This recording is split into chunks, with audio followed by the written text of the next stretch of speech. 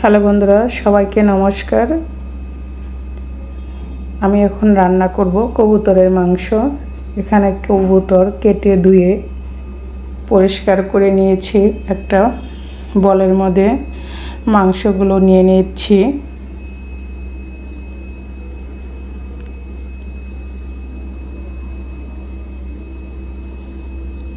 ছোটো দেশি আলুগুলো কেটে নিয়েছি, মাংসের সাথে দিয়ে দিচ্ছি। দিয়ে দিচ্ছি পেঁয়াজ পরিমাণ মতো,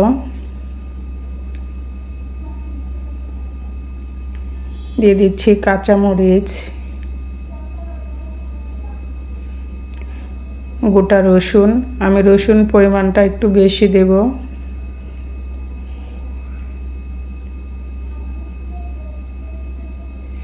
দিয়ে দিচ্ছি স্বাদ মতো লবণ।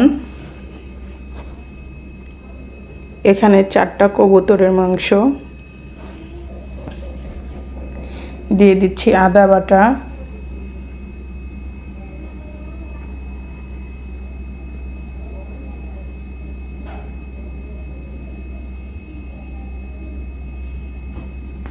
শুকনো মরিচের গুঁড়া,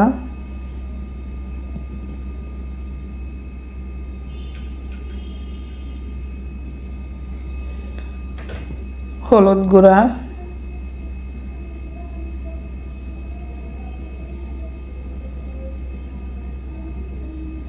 এখানে কাঁচা জিরা, ধনিয়া, এলাচ, দারচিনি একসাথে গুঁড়া করে নেওয়া হয়েছে, পরিমাণ মতো দিয়ে দিচ্ছি। এখন দিয়ে দিচ্ছি তেল অল্প পরিমাপে। সবগুলো উপকরণ দেওয়ার পরে একসাথে ভালো করে মেখে নিচ্ছি। মাখানো হয়ে গেলে ভালো করে মেখে নিয়ে আধা ঘন্টার জন্য ঢাকনা দিয়ে ঢেকে রেখে দেব।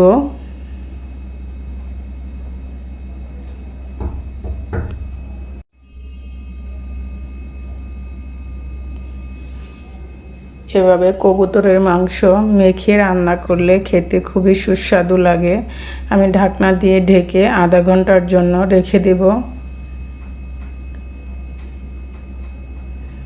আমি আধা ঘন্টা পরে ফিরে এসেছি। দেখতে পাচ্ছেন মাংসটা কত সুন্দর হয়ে গেছে। চুলায় একটা প্যান বসিয়ে নিয়েছি।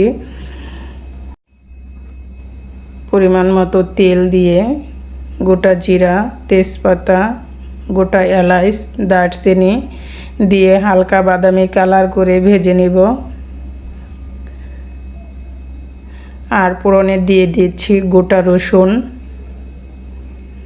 রসুনটা দিয়ে হালকা ভেজে নিয়ে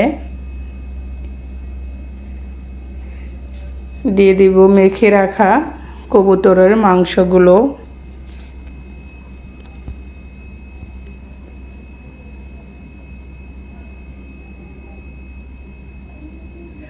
যদি আমার ভিডিওটা ভালো লাগে প্লিজ চ্যানেলটা সাবস্ক্রাইব করে লাইক দিয়ে পাশে থাকবেন। ফুল ভিডিওটা ওয়াচ টাইম করবেন। নতুন বন্ধু যারা আমার ভিডিওটা দেখতেছেন বা দেখবেন, প্লিজ সবাই লাইক দিয়ে চ্যানেলটা সাবস্ক্রাইব করে সাপোর্ট করে পাশে থাকবেন। আমি মেখে রাখা মাংসগুলো দিয়ে এখন কষিয়ে নেব 10 থেকে 15 মিনিট।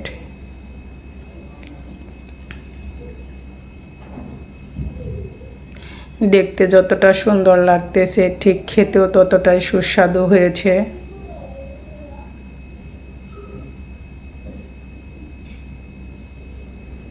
ঢাকনাটা খুলে নিচ্ছি, খুলে আবার নেড়ে চেড়ে দিচ্ছি।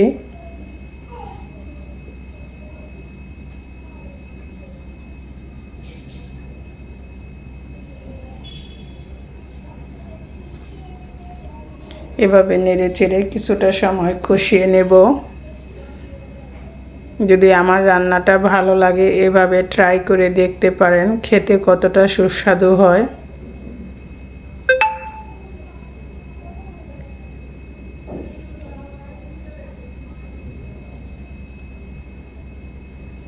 কষানোটা প্রায় হয়ে আসছে।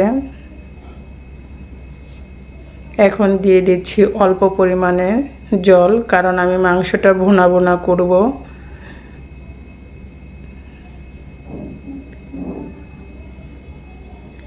আবার নেড়ে চেড়ে আবার কিছুটা সময় ঢাকনা দিয়ে ঢেকে রান্না করে নেব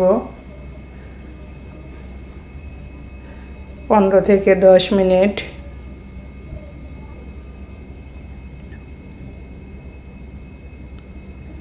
ঢাকনাটা খুলে আবার নেড়ে চেড়ে দিচ্ছি।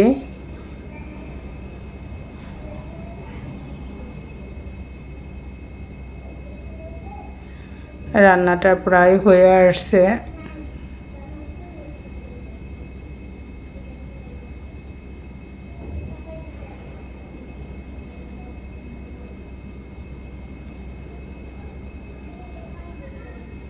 দেখতেই পাচ্ছেন বন্ধুরা, কবুতরের মাংস রান্না রেডি।